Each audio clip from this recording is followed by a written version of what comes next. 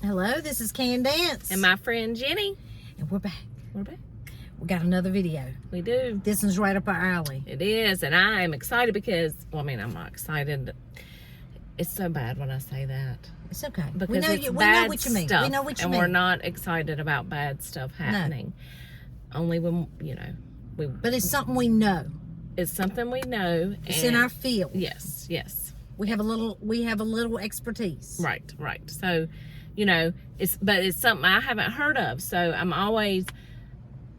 I'd like to hear the new cases that she knows about that I don't. A fresh perspective. Yeah, I like it. So a commenter, I'm sorry, I didn't write down the name, but a commenter asked us to cover this case. Right. So this is the case of Dr. William Husel. I guess I'm saying that right, Husel. He's 46 years old, okay, and he was an intensive care physician in Ohio. Okay. And he was charged with 14 counts of second-degree murder in the intensive care. Now, he was originally charged with 25, and then there was some, political change of the guard. I don't know which way it went, but one side was in, they lost, the other side took over, so they reevaluated, and they cut it down to 14. But still. 14 counts of second-degree murder. And he's supposed to be taking care of people, not... He has a duty not to harm people. Yes. He's in intensive care. He works for a hospital. Okay. Well, he did. He did work for a hospital. Yeah, okay. Okay. So, basically what happened is some patients were on ventilators, and we'll go a little bit more into it, but just to give you a little, just a little nugget. They were on ventilators. Okay. They were being extubated. The families were saying that they were...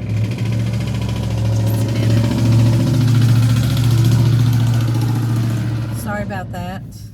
These is the hazards of the job, right? But, they were encouraged to make their family member a DNR, which is a do not resuscitate. So what they do is they take them off the ventilator and see how the person does. But a lot of times people on ventilators cannot last a long time off of the ventilator. Right. And so he was telling these family members that it's very painful to come off the ventilator. And one person even asked, how do you know? And he said experience. But very painful to come off the ventilator. And so he would give them, he was administering these large doses of opioid medicine to help these people not have a lot of pain. But they would die. Oh my goodness. Okay. So, just to go ahead and get it out there, because it has been on social media, the jury was deadlocked. They deliberated 3 days.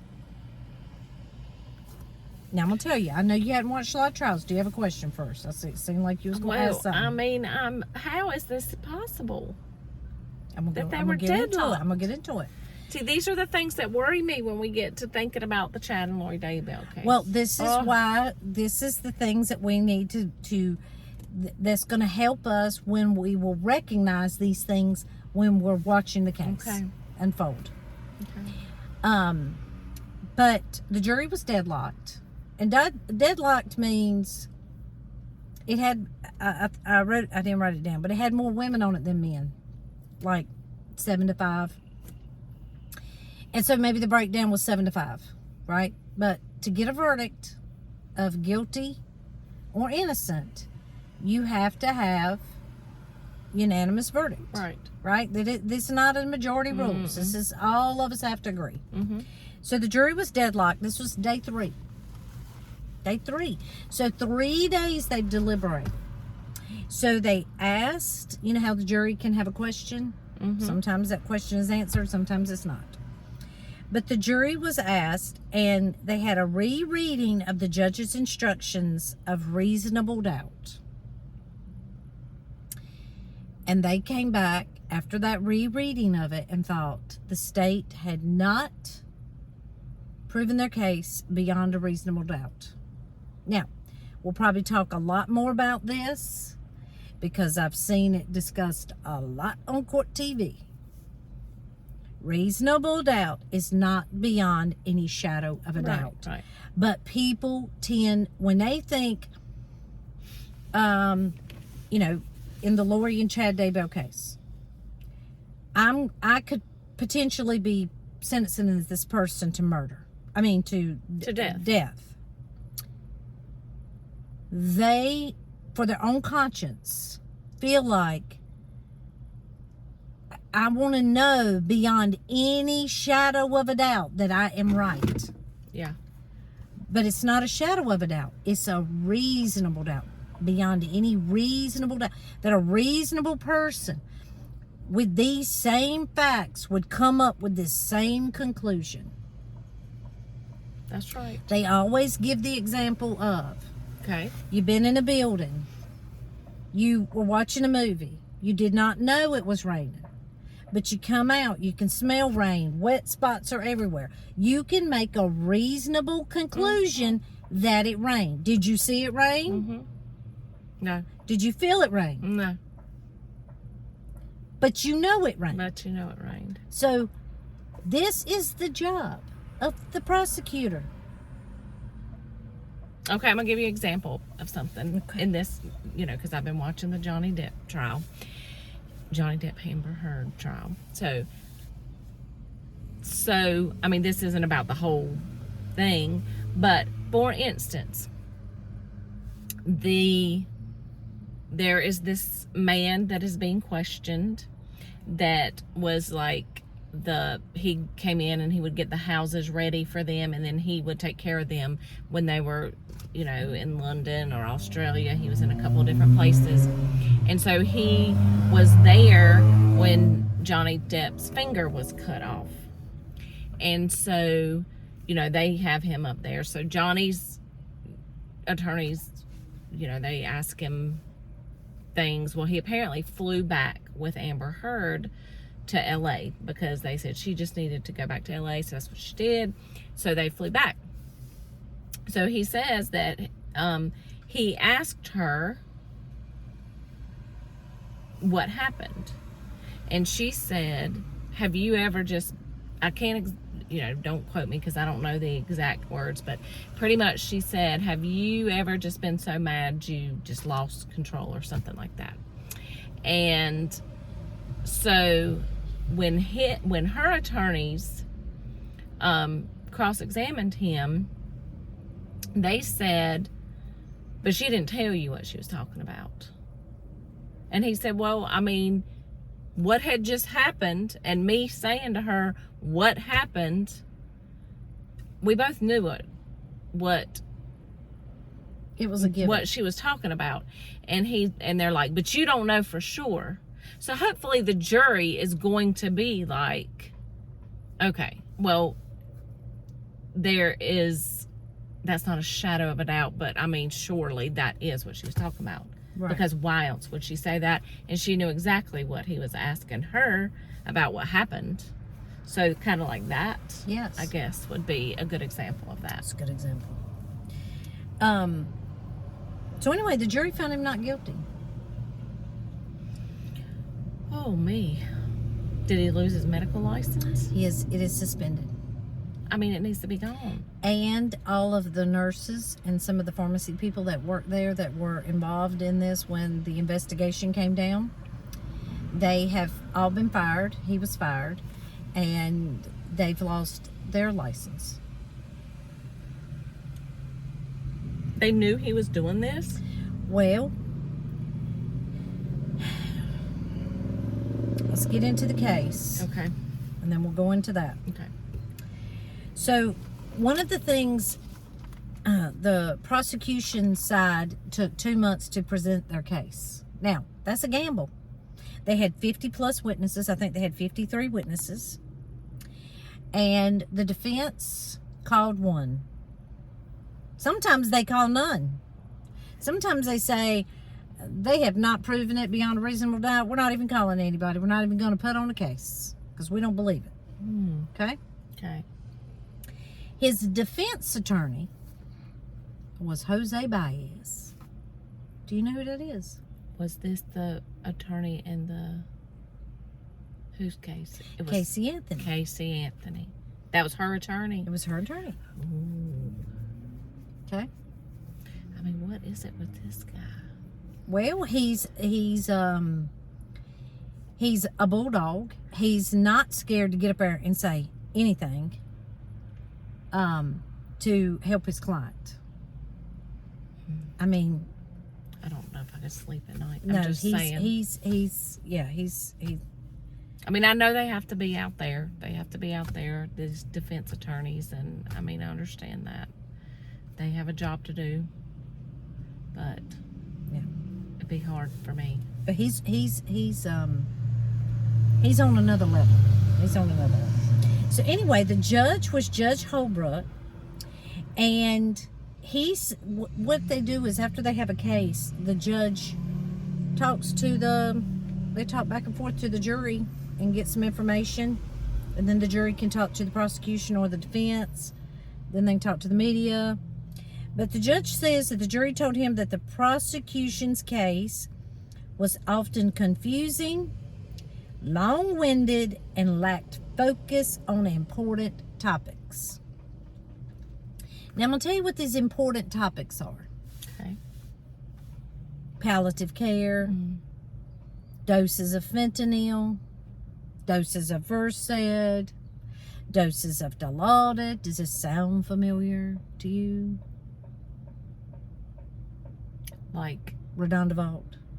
why? Yeah, like she. Okay, I'm just gonna not say anything about that. No, so just me telling you these few things about it, what would you think might be a problem for a jury? That it's confusing, long-winded, and lacked focus on important topics. Because they don't work in a hospital. They are not familiar with these medications. They're not familiar with palliative care. They are not a jury of his peers. I mean, it is I do think in certain circumstances,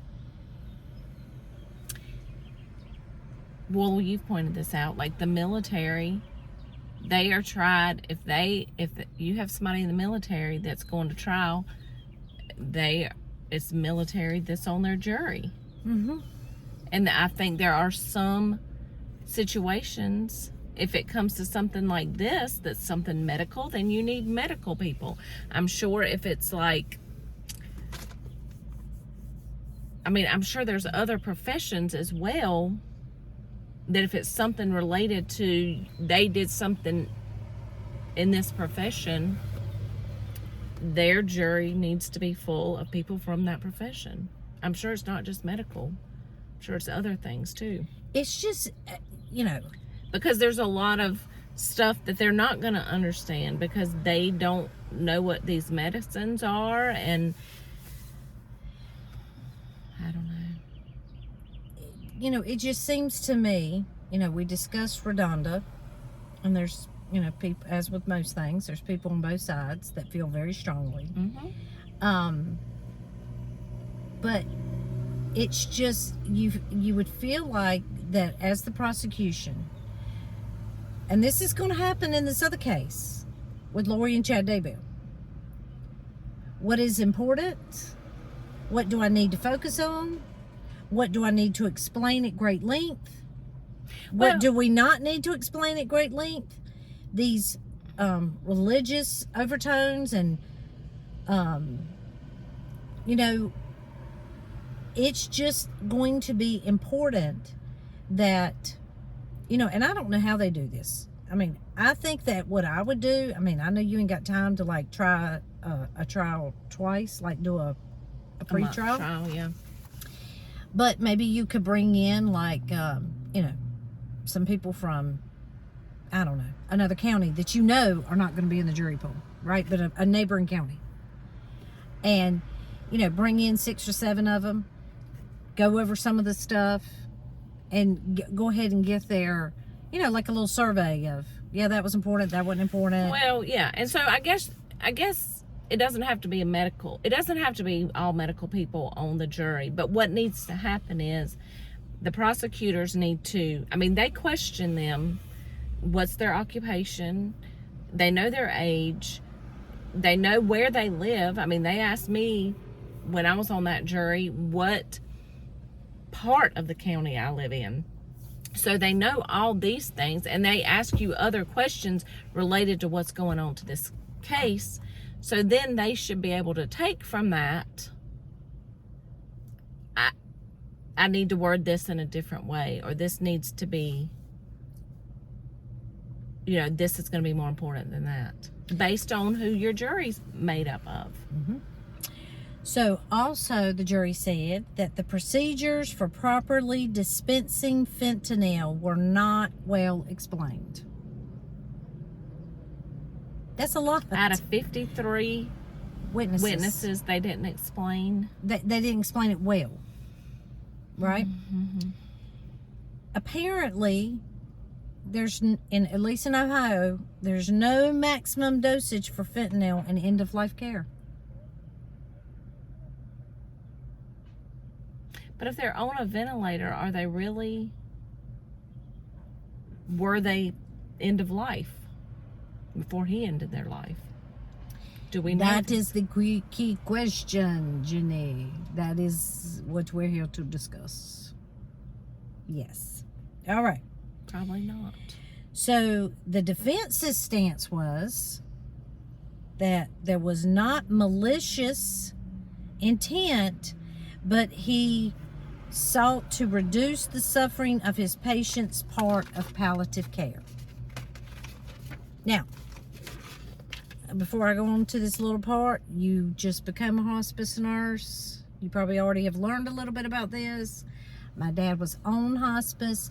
We were giving him doses of morphine, small doses,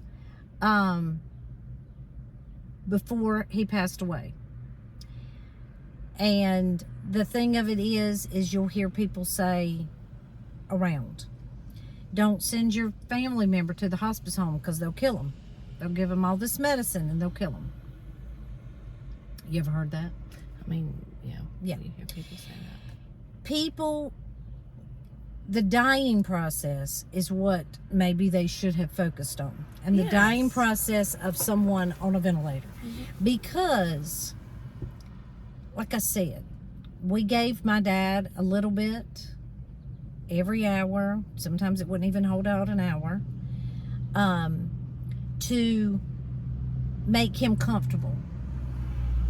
But it's little amounts. Little amounts. And it's the same way at the hospice home. It's little amounts. You're not. But he was in the active process of dying. Yeah. And there was nothing that we were going to do that was going to stop it. Mm-mm. And it's, I was a labor and delivery nurse for many years. And I know we're going off task here. But just to let you know. If you're in real labor, and that could be at 26 weeks, 22 weeks, 41 weeks. All the medicine I got in the world ain't going to stop it. Mm-mm. No.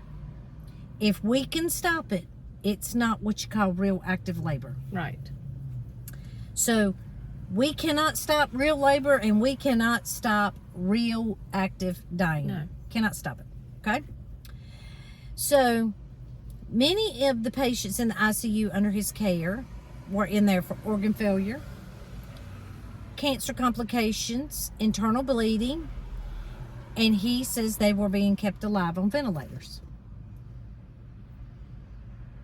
Now, he was giving them,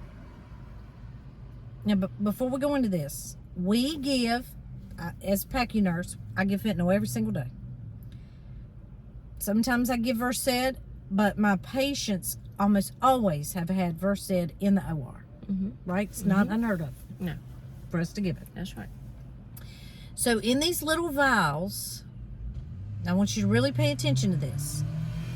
we're given, in this vial, I draw up, it's 2 cc's, and it's 100 micrograms, not milligrams, No.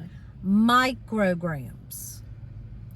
And so we have a standing order from the anesthesiologist, usually that reads something like, may administer 25 micrograms Every 5 minutes. every 5 minutes as needed for post-surgical pain. Up to 150 micrograms. Right. So a lot of patients will come into the PACU and say, what are you giving me? And I'll say, I'm giving you some fentanyl. They've already had fentanyl in the case and Versed. And they'll say, people die of that. And I say, well, we're given legal doses. Yes. In controlled environments. Mm-hmm. You know, we're not giving it off the street, laced with whatever. We're giving the right amount. Right. Okay? So this doctor in the ICU was administering 10 milligrams of Dilaudid, 2 milligrams of Versed, and usually 1,000 micrograms of fentanyl at one time. One patient got 2,000 micrograms of fentanyl in a 20-minute period. He was 39 years old. He came in, he was having a heart attack. He had, the heart attack was over. And the doctor told the nurse to give this cocktail. The nurse gave the cocktail. He went to another nurse, told that nurse 20 minutes later to give the cocktail. The nurse gave the cocktail, did not realize that the previous nurse had gave the cocktail, and that patient, 39 years old, died.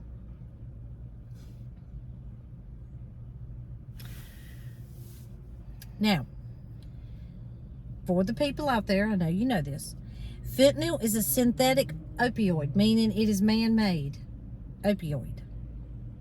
It is 80 to 100 times stronger than morphine, right? So, we're given a lot of detail just in this little 2 pieces of paper here. Can you imagine if, you're someone sitting on the jury, just the average person, and they're throwing all these numbers at you, and you feel like you're taking a test. Well, you feel like you're getting a college education. Yeah, what they should have said was he gave 10 times the normal amount of Dilaudid. Right. We normally to give these 1 patients. milligram. Yeah, And and with each medicine, that's what that's what they should have said. so basically what he was doing, so that the people can understand, we have this vial. I don't have one because, I would never carry one out of the hospital. But we have this vial. It's 100 micrograms. 2 cc's. He was giving them, on average, 1,000 micrograms. So you would need to pull up, how many of these? 10 of these? He was given 2,000 or 1,000? He was given 1,000. 5 of these. 10. Right?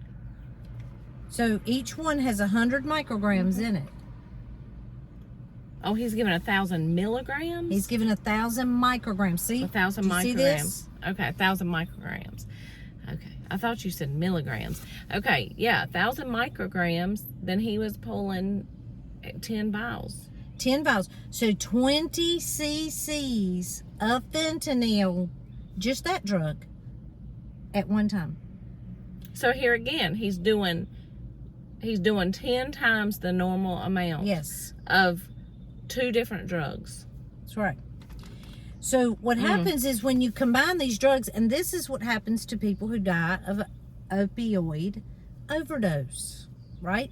They take fentanyl and they take something else, maybe alcohol, maybe a shot. I don't know that much about it, to be honest with you, but they take a high enough level that what happens is when you combine medicines, you get a synergistic effect that increase the risk of respiratory depression. And that's what happens to people who, whether it's in the hospital when it happens and you've given them too much medicine, that's what we watch, right?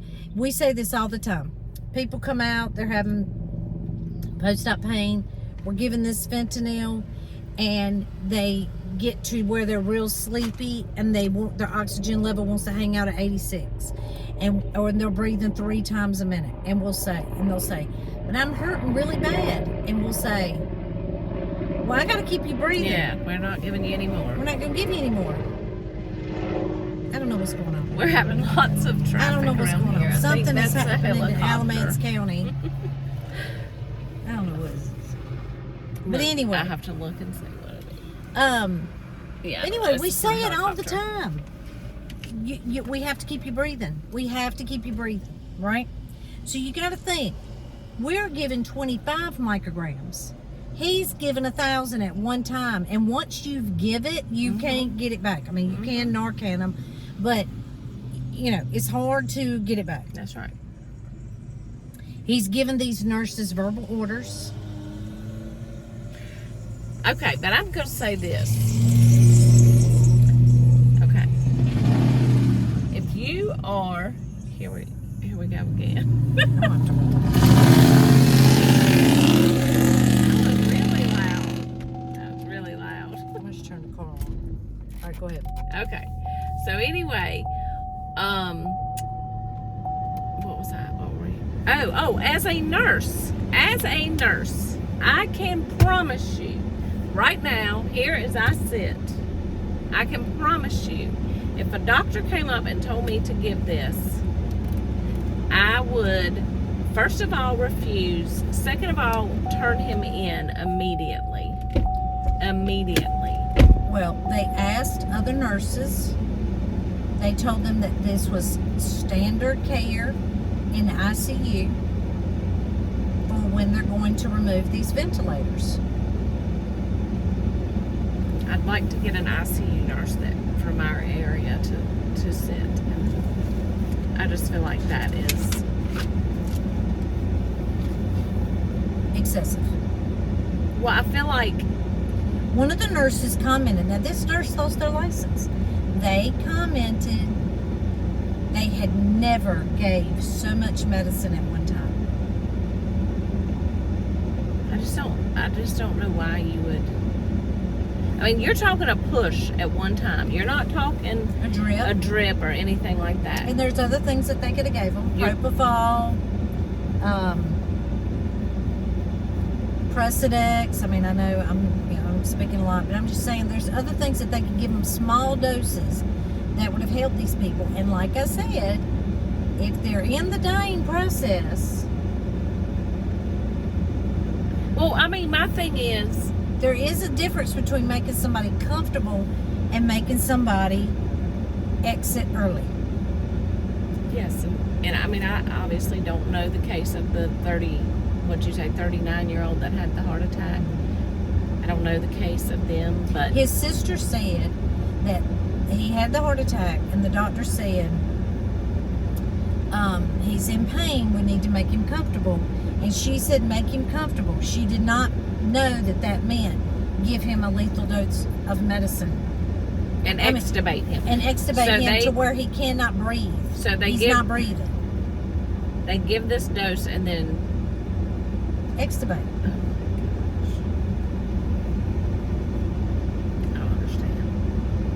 I don't understand. But I mean, it's what I worry about. It's what I worry about with this case. These prosecutors are going to have to do a really good job of painting a picture that, that somebody like me who's not, I'm not. Painting a Bob Ross. Painting a Thomas Kincaid. Painting the Mona Lisa. Mhm. Painting it clear as a bell.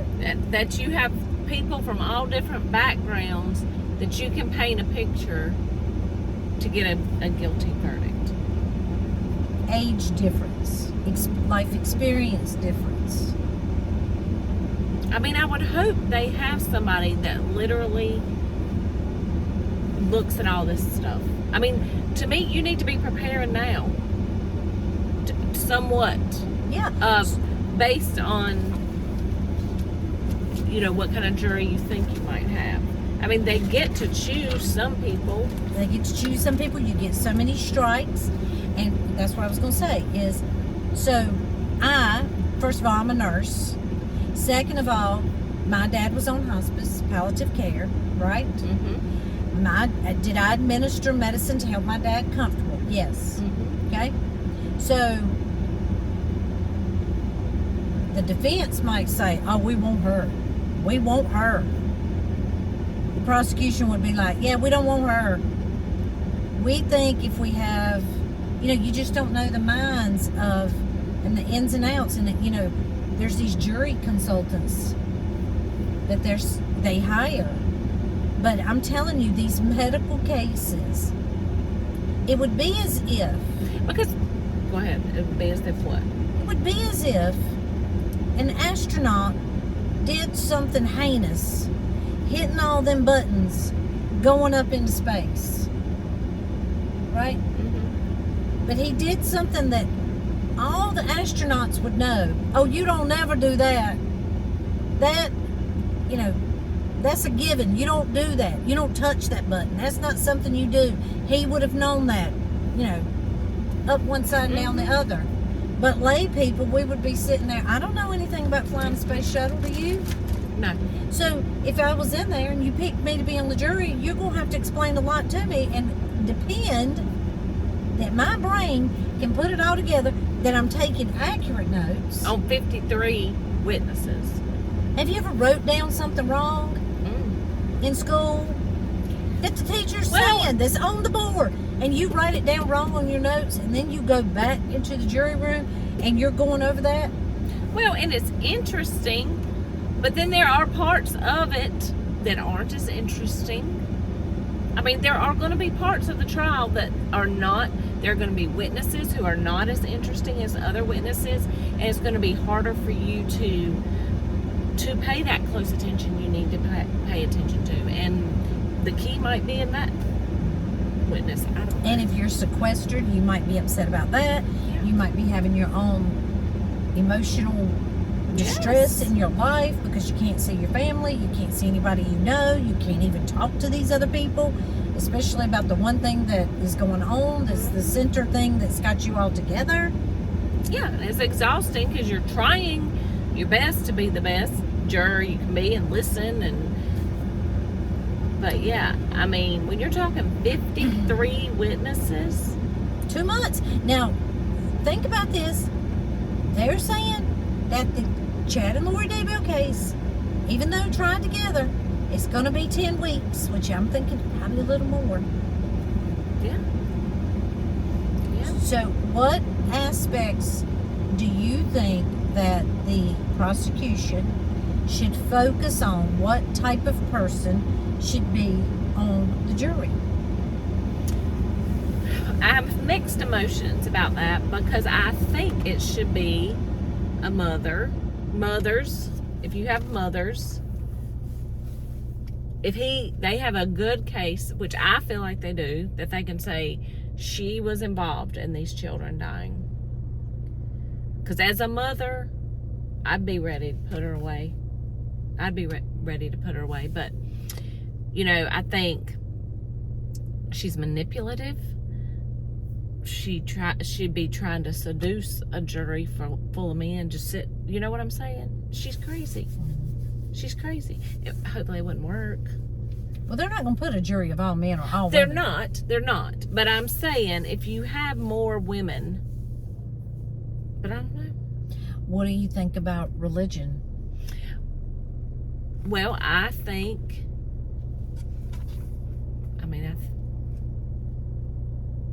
I feel like probably if they have Mormon people on the jury, that will go in the prosecution's case because they are, they know they have taken the Mormon religion and put it in some of their beliefs, not their beliefs, tried to make people think that it was their beliefs. So I think they've I don't you agree with that? Yeah. I think that I don't think they'll put 12 Mormons on there, No. but I do think they'll have. I do think that, like I said, it's just because the burden of proof is so high, as it should be. Okay, as it should be. But because we're in a day and age where people want it without a shadow of a doubt, they want a video. I need the weapon. I need the body. And they say that you can win trials without these things. Well, we need this one to be won without it, unless they. We have the bodies. We don't have the. We don't know about the murder weapons. Yeah. Because we don't know what the murder weapon was. Yeah. Anyway, this case, like I said, these medical cases they're just hard. They are hard. They're hard, and it's hard to,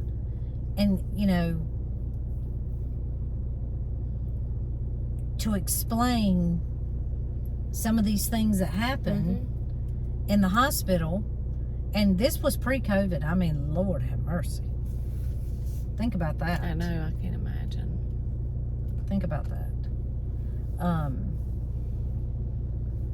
Cannot So, imagine how he got what that. some people say is we're going to be hearing more and more of this type of legality coming out.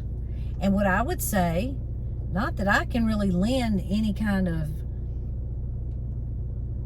advice to lawyers, but if your client is a nurse or a doctor or whatever, and it's a criminal case, which that's what we're talking about, malpractice and civil cases, and this doctor is under, I think he's being sued by 25 families. So, but did he do something to, intentionally end these people's lives prematurely? I mean, I think he did. Yeah. I mean, I would. And yes, so, I would say yes. but if you have these clients in these medical cases and they are criminal, you need to be getting a big pool of nurses or doctors. You need to go spend some time in a hospital and really get a clear picture of what's going on, so that when you're trying to defend your client or prosecute the client or whatever, if you're doing that, you need to really get into the nuts and bolts of it, because there is some things that when you just say them, most medical people are going to have a reaction. Well, right. Or you need these expert witnesses to recognize and explain in a way that people can understand. Like don't go into this whole long explanation of every little thing about Dilaudid. Say, this medication will cause respiratory depression where you're not breathing well. If you give too much of it, you can stop breathing. They gave 10 times more than the normal amount. Yes. So that's what they need, say, if you get extra strength Tylenol and you're supposed to take 2 of those every 4 hours, that would be like you took 20 of them and then 10 minutes later took 20 more. I mean, explain it to them like that. Right. Because you can't expect, and I don't care who all's on the jury, they need to explain it to them in a way that they can understand. That they can put the pieces of the puzzle together and they can understand. Yes. Don't talk above them. Somebody said that the way to know that if you're really smart is if you can explain it in a way that almost anybody can understand. Because the thing is this, nobody knows everything about everything, and that's what you need to recognize. It's not that you're putting anybody down because they don't understand this. You don't expect them to understand this because they don't do it day in and day out. Everything needs to be explained in a way that anybody that you're talking to would understand it. Yeah. Yeah, sounds good. So, as these cases keep coming up, we'll keep covering them. That's right. And learning more and more, right? Yes. So that when we're being correspondents of the Lori and Chad Daybell case, we can really look like we know what we're talking about. That's right. That's exactly right. But we're learning more and more. We are. We're learning more and more. Every day. And we appreciate all the people Yes, who we subscribe to the channel, comment on the channel, because this gives us ideas. It does. She didn't know about this case. I knew a little bit about the case. We know we don't want to be finding ourselves in these cases. No, we do not. I tell you what, it has helped me change my practice. It's helped me be more vigilant. So, and that's the thing that we can all learn from these heinous crimes or these court cases.